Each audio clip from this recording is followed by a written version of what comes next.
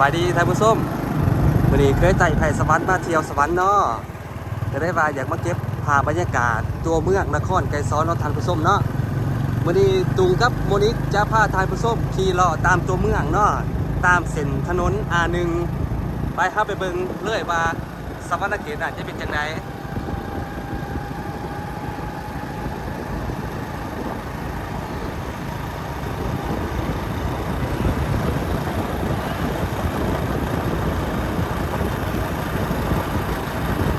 นี่ก็แม่นถนนเส้น A1 ของนครไกรสอนเนาะพี่น้องเนาะที่ว่าสวยสดงดงามเนาะเพิ่นประดับดอกไฟกลางทางเพิ่นงาม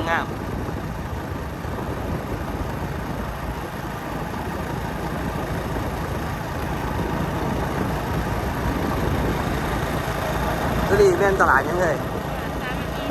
ตัวนี้ก็แม่นตลาดสามัคคีไส้เนาะพี่น้องเนาะ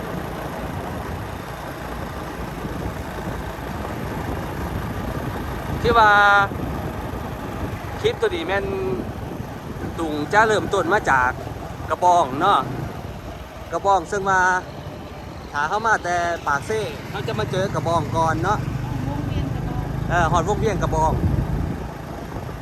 แล้วจะขี่ตามเส้นทางA1ให้ทานผู้ชมได้เห็นเนาะอันนี้ก็เป็นปั๊มน้ำมัน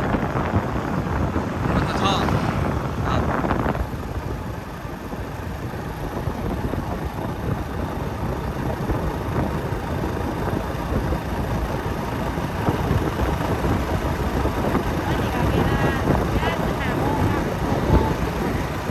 ตอนนี้เจ้าโมงแล้วบรรยากาศตอน6 โมงเลยอ๋อทานผู้ชมตอนนี้ก็เป็นเวลาอยู่6 โมงเนาะวันนี้วันที่เท่าไหร่เนาะ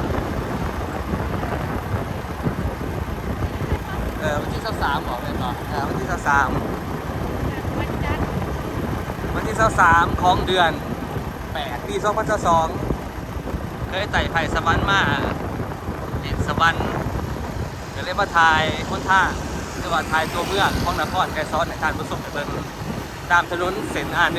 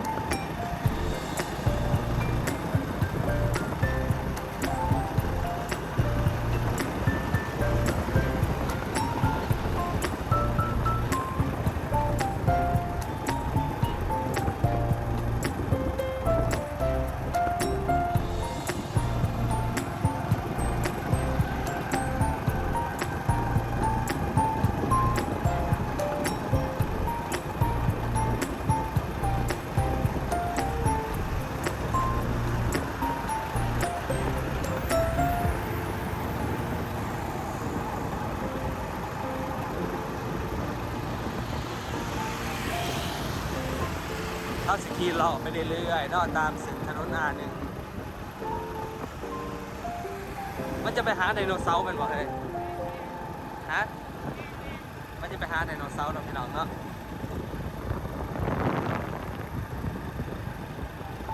คือว่าตัวเมืองเพิ่นสะอาดสะอาดเนาะพี่น้องเนาะไฟหนทางเพิ่นประดับประดางามงามเป็นเอกลักษณ์ของนครไกรสอนเนาะ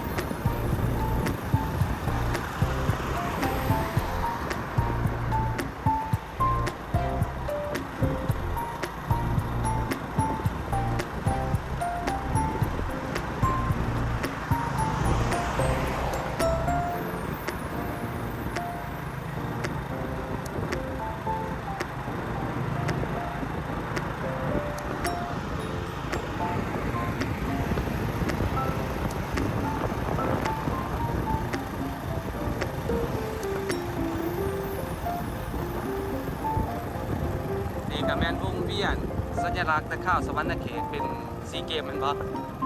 นะครับเป็นเจ้าภาพซีเกมเนาะนี่มันก็เฮ็ดเอกลักษณ์ไป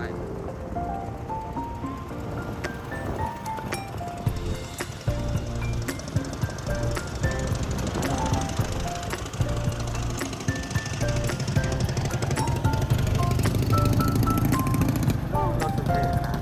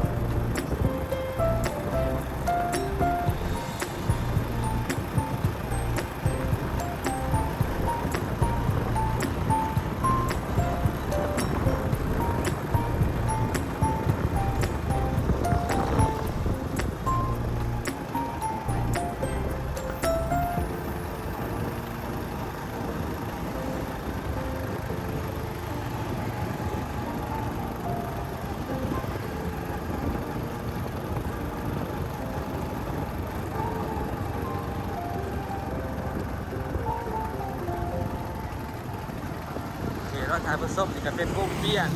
ไดโนเสาร์ถามว่าเขามาจากเส้นทางเซโนเขาจะมาเจอวงเวียนตัวนี้เนาะก่อนที่จะเข้าตัวเมืองนครไกรสอน